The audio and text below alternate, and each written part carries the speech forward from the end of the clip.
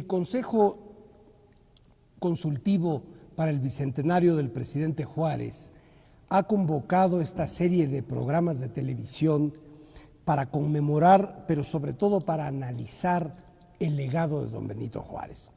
En cada uno de estos programas nos estamos ocupando de un aspecto particular de ese legado y hoy vamos a tratar algo que es claramente medular en el papel que Juárez jugó en nuestra historia. El tema del laicismo, es decir, la relación de Juárez con el laicismo. Yo quisiera darle la bienvenida a nuestros invitados, Carlos Monsiváis y a Roberto Blancarte. Carlos Monsiváis, pues, es uno de los escritores fundamentales del último medio siglo en México, el gran cronista de la vida nacional y en particular de la Ciudad de México. Y solo mencionaré que en el último año ha recibido dos de los más importantes premios de nuestro país y de la lengua española, el Premio Nacional de Artes y Letras y el Premio Juan Rulfo. El doctor Roberto Blancarte es licenciado en Relaciones Internacionales por el Colegio de México, es doctor en Ciencias Sociales por la Escuela de Altos Estudios en Ciencias Sociales de París, es investigador asociado del Grupo de Sociología de las Religiones y la Laicidad de la Sorbona y hoy dirige el Centro de Estudios Sociológicos del Colegio de México. Yo quisiera sugerir que viéramos una brevísima cápsula que pone visualmente en contexto el tema de nuestra conversación. El fortalecimiento del laicismo en México a partir de la segunda mitad del siglo XIX, impulsado por Juárez y el Partido Liberal, tenía como finalidad la construcción de un Estado y un gobierno sustentados en instituciones civiles y democráticas. Un paso trascendental en ese sentido lo constituyó la promulgación de la Constitución de 1857 y de las leyes de reforma que condujeron a la decisiva separación entre la Iglesia y el Estado, logrando con esto que la educación, la impartición de justicia y la elección de gobernantes y jueces dependiera esencialmente de las decisiones de los ciudadanos y no de un poder religioso. La creación y puesta en marcha de estas reformas, que afianzó el laicismo como una reforma de convivencia social, no albergaban ningún tinte religioso, y sí afectaron los poderosos intereses del alto clero católico. Esto se debió a la enorme injerencia que éste tenía en asuntos públicos desde la época colonial. Los ciudadanos de este país, señalaban los liberales, son libres de profesar la religión que más convenga a sus intereses y a su conciencia, pero el Estado y el gobierno de la República no deberán profesar fe alguna. Su carácter debe ser el de un Estado moderno y laico que proteja a todas las personas por igual. En este contexto, y respetando el sentir del pueblo católico, durante el gobierno de don Benito Juárez, una importante celebración religiosa como el Día de la Virgen de Guadalupe pasó a ocupar un lugar destacado en el calendario cívico, al decretarse el 12 de diciembre como día de fiesta nacional.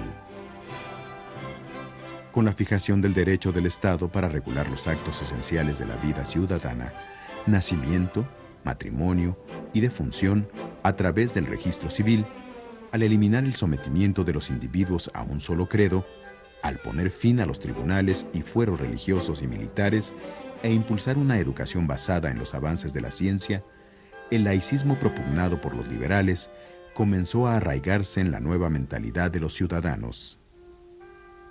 Hoy, al cumplirse el bicentenario del natalicio de don Benito Juárez, el ideario juarista de mantener siempre en alto la bandera del laicismo para construir una sociedad justa y dotada de instituciones públicas e imparciales que garanticen la dignidad de las personas, se mantiene vigente como uno de sus grandes legados.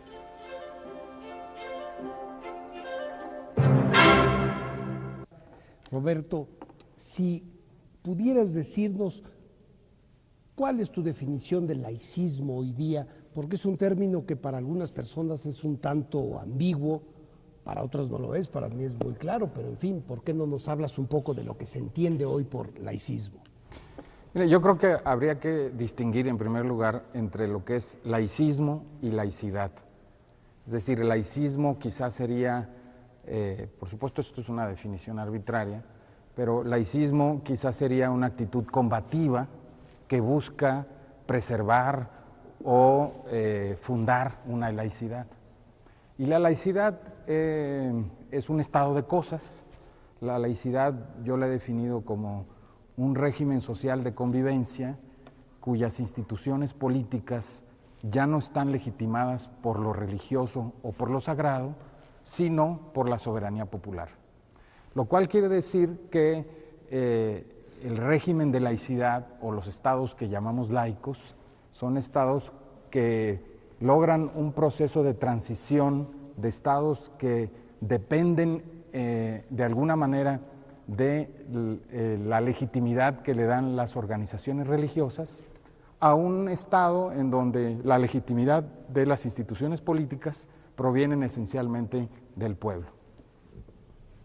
Carlos, para ti, ¿hay alguna ambigüedad en esto del laicismo como concepto, ¿no?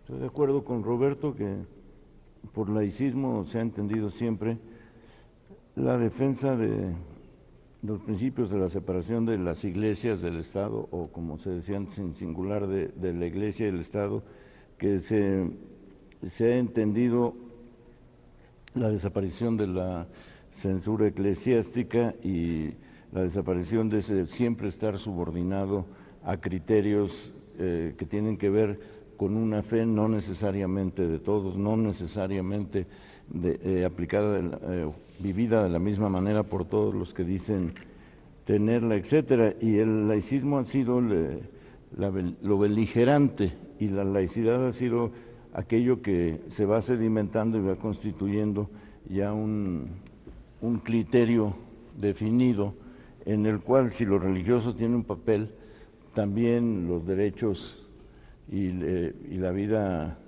no regida por valores místicos o devocionales tienen también lo suyo. Claro, uno diría que es importantísimo tener en mente que el laicismo no es necesariamente o per se antirreligioso, ¿no? Sino que simplemente pretende darle a la religión el espacio que tiene dentro de la vida social. Simplemente es una cuestión de separar las cosas, ¿no? Si vemos el México de Juárez, lo más antirreligioso que había era el fanatismo. ¿En qué sentido? El que difamaba la fe que decía practicar. Claro. Sí, de hecho, la laicidad, digamos, entendida como ahora en los tiempos modernos se entiende, en efecto no tiene que ser una posición o una situación de antirreligiosidad. En algunos casos ha llegado a ser, por razones históricas, como en el caso de México, se ha ligado a posiciones anticlericales. Pero claro, en el momento en donde precisamente para fundar un Estado cuyas instituciones políticas tengan un fundamento propio, una autonomía de decisión en la gestión de la cosa pública, obviamente en un momento en que las iglesias estaban acostumbradas a vivir dentro del Estado, bueno, eso implicó un conflicto que precisamente todos conocemos a lo largo del siglo XIX y del siglo XX, que obviamente tuvo connotaciones anticlericales. Pero de hecho, en la práctica, la laicidad, como tú lo mencionaste, es más bien un estado de cosas que en teoría debería de permitir que cada quien crea lo que quiera o que no crea en nada incluso, ¿no? Y que el Estado no se vuelque con todos sus recursos para favorecer a una de estas creencias, a una sola de estas creencias. O que no defina las políticas públicas en función de lo que una doctrina religiosa o una moral determinada religiosa quiera imponerle al conjunto de los ciudadanos, ¿no? Sí, parecería que se trata sobre todo de separar otra vez los ámbitos y de que en el terreno de lo político simplemente sean los valores políticos, cívicos, los que sean fundamentales. Y en el terreno de lo social y en el terreno de la bioética, no calculada en el siglo XIX. Yo, por ejemplo, hablando de anticlericalismo, me remito a un año tan remoto como 2006, en donde ser anticlerical frente a la embestida de un grupo de obispos contra los libros de texto, primero contra el libro de texto de primero de primaria de biología, ser anticlerical ante eso. Cuando un obispo dice, o un cardenal, que ese libro no es ciencia sino pornografía, me parece que ser anticlerical ahí es reivindicar el conocimiento, reivindicar la libertad de enseñanza y reivindicar el hecho de que hay separación entre la Iglesia Católica y el Estado. Sí, es interesante cómo a través de las distintas épocas esta idea del laicismo tiene diferentes aplicaciones, pero siempre actual, ¿no? Cuando menos es actual mientras haya corrientes de pensamiento que se oponen a esta separación de los ámbitos, ¿no te parece? Sí, y además, digo, abundando en la idea de Carlos, yo creo que hay que recordar, los especialistas del anticlericalismo señalan siempre que buena parte del anticlericalismo suele ser religioso. ¿Por qué? Porque el anticlericalismo surge muchas veces de grupos que pretenden refundar la propia religión sobre bases más originales o sobre lo que fue la primitiva religión. Recuperar la esencia de lo que fue la verdadera religión. Así que no es extraño, no es poco común que el anticlericalismo tenga raíces religiosas. Hay otra vertiente que es el anticlericalismo, que surge como, lo menciona Carlos también, como una reacción al clericalismo, precisamente, que es toda una posición también política y social que se dio mucho en el siglo XIX, pero también en el siglo XX y, como menciona, hasta el XXI, ¿no? Absolutamente. El anticlericalismo a la antigua ha desaparecido, entre otras cosas, porque el clericalismo a la antigua está muy cuestionado ya desde dentro. Imaginarte a un gobernador panista decir que no tiene razón el cardenal, para mí sí es una verdadera noticia. Claro, ya no es lo que solía ser el para nada. Y en cambio el gobernador priista de Sonora dice que algo parecido, en el sentido de que él no dejaría que sus hijos estudiaran esos libros. Eso me parece muy bien en su caso, pero tengo entendido que hay más niños que hijos del gobernador de Sonora en esa entidad. Sí. Ahora, quizá volviendo a Juárez y a su época, yo creo que yo los invitaría a hablar un poco de lo difícil que habrá sido a mediados del siglo XIX introducir estas ideas, ¿no? Bueno, la separación entre la Iglesia y el Estado, para empezar, ¿no? Sí, yo creo que retomando esta idea precisamente acerca de cómo los propios católicos cuestionan el poder eclesiástico, yo creo que eso es lo que sucedió en el siglo XIX, porque en el siglo XIX, en la época independiente, en la época de Juárez, todos los mexicanos eran católicos. Un 99.99% de los mexicanos eran católicos, incluyendo a Juárez, y a la mayor parte de sus seguidores, en primer lugar porque desde 1824 había una constitución que era absolutamente intolerante en materia religiosa y decía que no se permitiría ningún otro culto y que el Estado protegería a la religión católica. Entonces eso hacía imposible que los mexicanos fueran otra cosa que católicos, ¿no? Pero eso no impedía que precisamente los propios católicos, en función de una tradición que viene desde el siglo XVIII o incluso antes, en la que los reyes también pretendían tener un control sobre las instituciones eclesiásticas y sobre su dinero también, y una tradición que se une con la tradición liberal, digamos, empuja las cosas a que precisamente se busque que el gobierno, en primer lugar, constituya instituciones propias que funden un Estado moderno y que no necesariamente dependan de la Iglesia, y al mismo tiempo irle arrebatando precisamente esos espacios de poder a una estructura eclesiástica que impedía la constitución de ese Estado, ¿no? Doy un ejemplo para que la gente sepa de qué estoy hablando. Cosas tan sencillas como el registro civil. La constitución del registro civil en México, ahora que hay que sacar actas de nacimiento para todo, parecería un poco absurdo, pero la verdad es que eso permitió por primera vez en nuestra historia que hubiera mexicanos que se pudieran llamar mexicanos, que fueran mexicanos, ciudadanos mexicanos, sin que necesariamente fueran católicos. Porque antes del registro civil solo se podía tener registro, solo se podía ser mexicano si se estaba en un registro, y el único registro era el de las parroquias de la Iglesia Católica. Así que la constitución de un registro civil permite por primera vez la posibilidad de que haya mexicanos que no necesariamente sean católicos. Claro, algo tan que esencial. mueran y los entierren. Así es. O que se Claro, casen, porque tampoco o se que se podía. casen, digo, el matrimonio civil también. Se podían casar sin necesariamente ser católicos, no tenían por qué casarse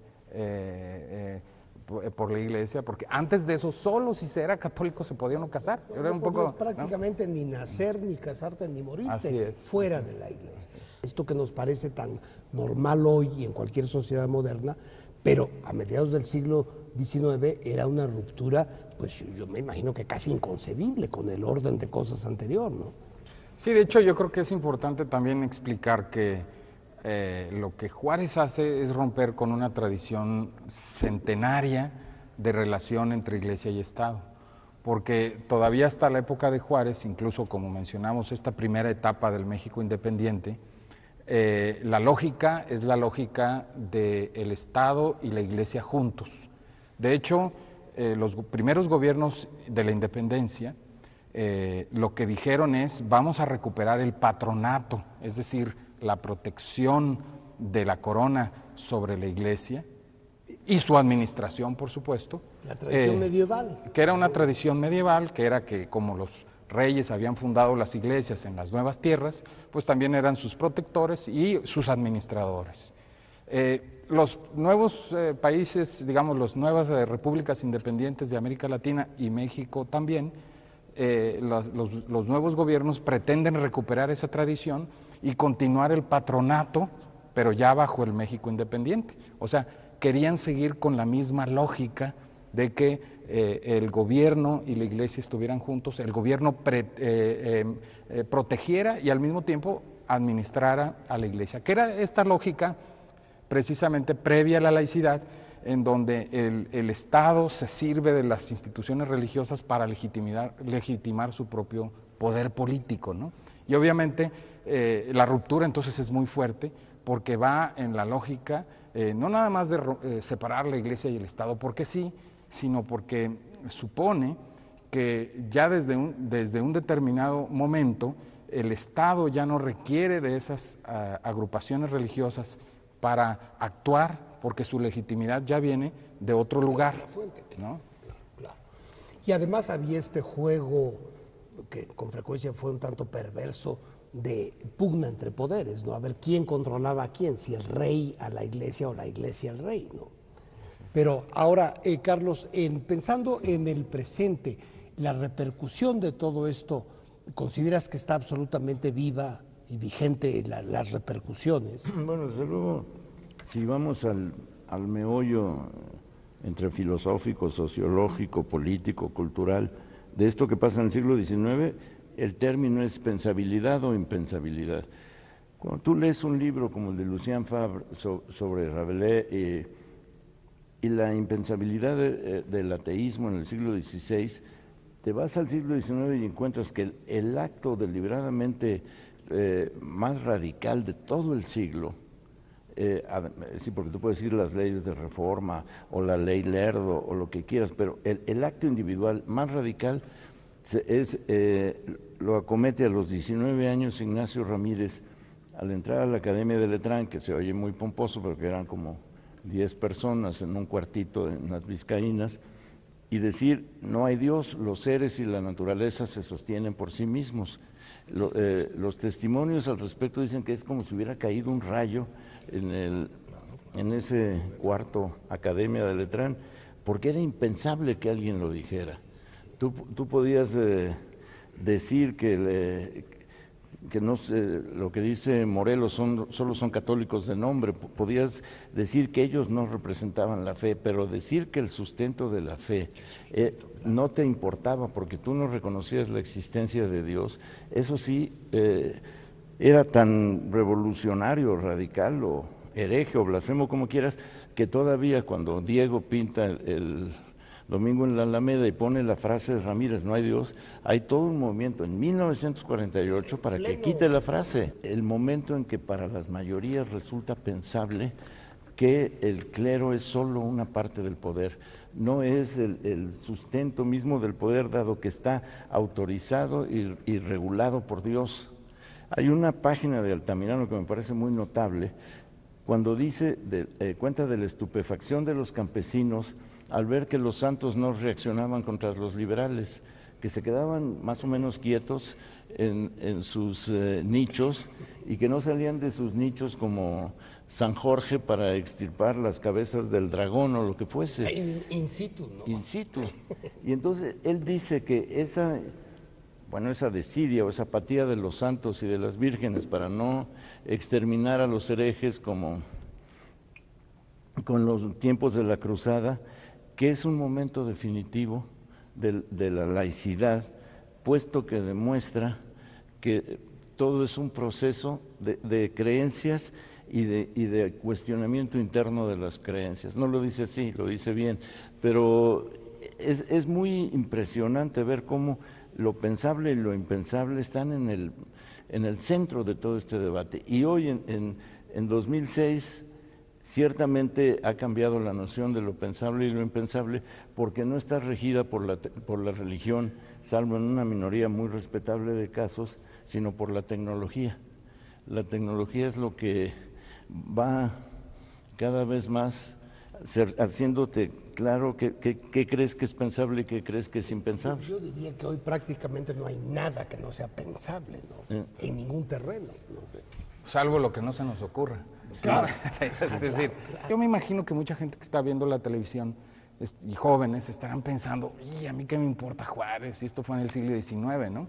Pero yo podría decir, por ejemplo, que una cuestión como el establecimiento del matrimonio como contrato civil, que precisamente es una de las leyes de reforma, es esencial para entender la discusión actual sobre las sociedades de convivencia entre dos personas de un mismo sexo.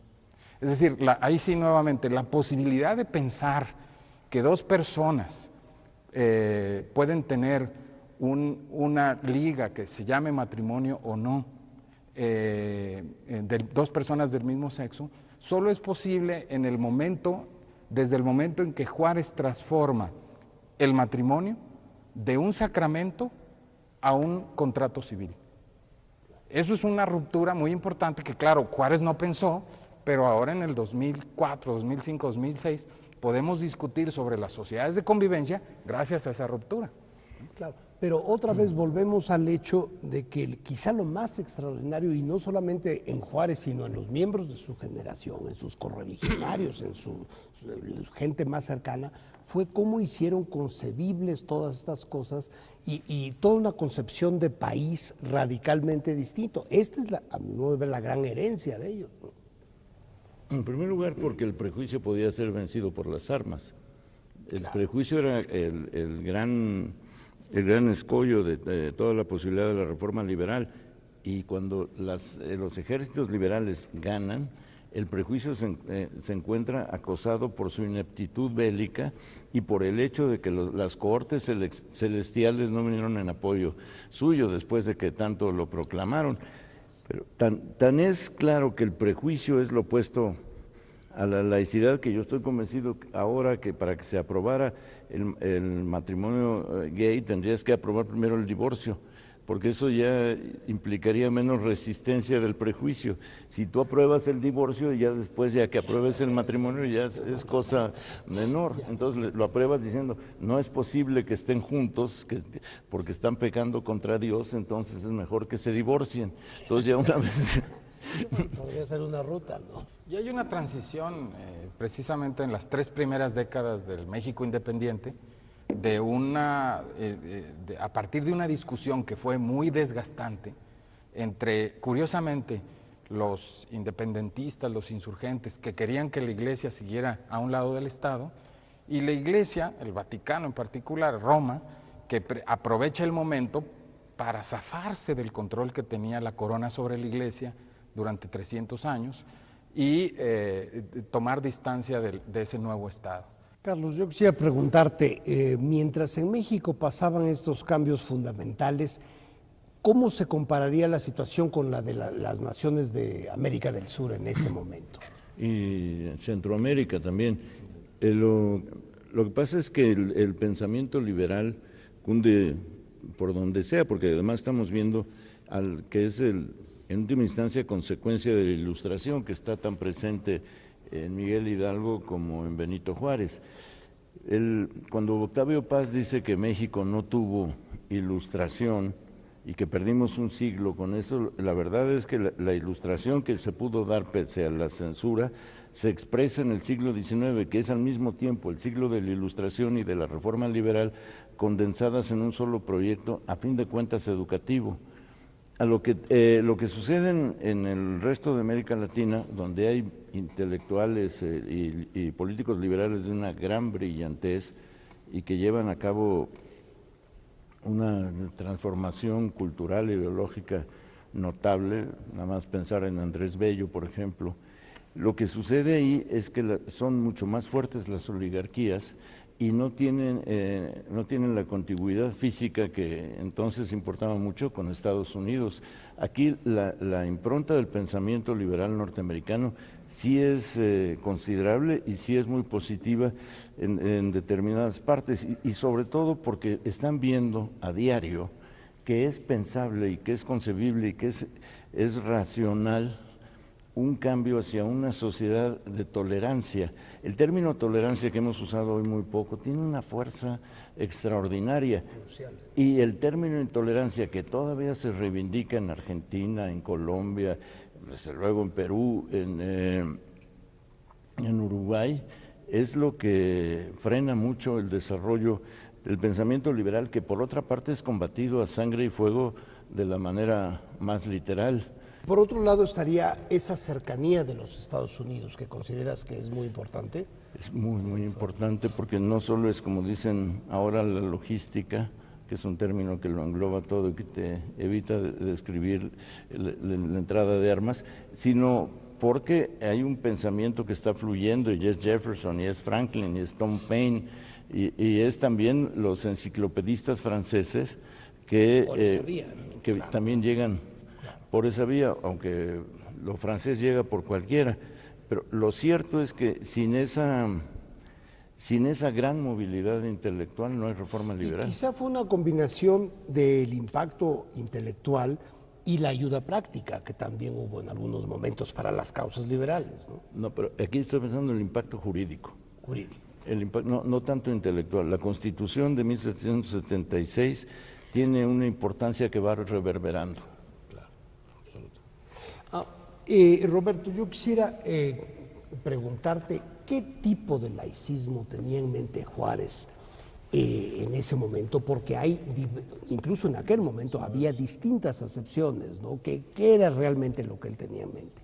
Bueno, yo creo que retomando algunas de las menciones que hizo Carlos, yo creo que Juárez tenía ante sí varios modelos, varios países de América Latina intentaron diversas formas de separación. El problema digamos, la diferencia entre América Latina y México fue que mientras que en México ganó la revolución liberal y siguió hasta la revolución, y la revolución retomó esa revolución liberal y siguió, digamos, todo el siglo XX, en muchos países de América Latina hubo contrarrevoluciones que hicieron que los conservadores tomaran el poder y luego se llegó a negociaciones que dejaron las cosas muy inestables. Bueno, antes de dejar el tema del laicismo por el momento, ¿hay algo que a ustedes les gustaría agregar, ya sea en torno al tema del laicismo o en general de la herencia de Juárez? Es que insistir tanto en Juárez, que es además lo justo, suele desembocar en una injusticia imperdonable, como si hubiera injusticias perdonables. Y una es la omisión de los hombres que acompañan a Juárez, que pelean con él, que lo critican, que se apartan, que regresan, porque es una generación de una brillantez absolutamente deslumbrante. Estoy pensando en Ignacio Ramírez, en Guillermo Prieto, en Vicente Riva Palacio, en Ignacio Manuel Altamirano, en Francisco Zarco. Son mentes de primera que no solo imaginan un país, que construyen la manera de expresarse, la manera de articular ese país a través de sus escritos. Pero qué bueno que haya sacado a colación este aspecto, la importancia de los hombres alrededor de Juárez, porque la verdad es que él solo, por sí solo, no hubiera podido tener un impacto tan fundamental, ¿verdad? Ahora, No haber estado siempre acompañado. dicen algo que me asombra, que Juárez era el menos inteligente y el menos cultivado de ese grupo. Cuando leo a Juárez digo, ¿cómo habrán sido para que me digan que era el menos inteligente y el menos cultivado? Juárez era de una articulación verbal asombrosa. Luego, finalmente, me parece, si mal no recuerdo, acabó hablando o leyendo al menos 5 idiomas, ¿no? Él que había aprendido castellano a los 12, ¿no? Pero el No ser sé. políglota entonces tenía menos chiste porque tenían más tiempo, no había televisión. No sé, Roberto. Juárez no es un hombre que deje libros escritos por él. Juárez es un hombre que deja básicamente una obra pública y que obviamente ahora hay los tomos de Juárez, que son básicamente toda su obra pública a través de legislación, de correspondencia, de la actividad pública que él desarrolló, ¿no? Pero en esa actividad pública, más que en libros como intelectual, precisamente él estableció una serie de libertades que para nosotros son muy importantes. Yo creo que si algo tenemos que rescatar de Juárez es precisamente que estableció un modelo de Estado en el que precisamente a partir de una serie de instituciones todos los ciudadanos del país tenían y tenemos ahora libertades que de otra manera no hubiéramos podido gozar. Es decir, ahora podemos leer cualquier libro, ir al cine si queremos, las mujeres pueden tomar pastillas anticonceptivas o la anticoncepción de emergencia gracias a Juárez, porque son esas libertades precisamente las que él estableció y que quizás se ven como muy lejanas, pero que para nosotros son centrales en nuestra vida contemporánea. Yo quisiera agradecer profundamente a Carlos Monsiváis y al doctor Roberto Blancarte su participación en este programa y que yo creo que ha sido sobre el aspecto que quizá con más frecuencia se asocia con don Benito Juárez, es decir, cómo él a mediados del siglo XIX logra implantar un modelo de nación en el que el Estado y la Iglesia están absolutamente separados y cómo todos los valores laicos y cívicos, civiles, quedan asentados en la tradición política mexicana. Creo que si hay algo que en el imaginario está asociado con la figura de Juárez es esta inmensa revolución intelectual y práctica que él pudo llevar a cabo en ese momento. Muchísimas gracias, Roberto. Muchísimas gracias, Carlos.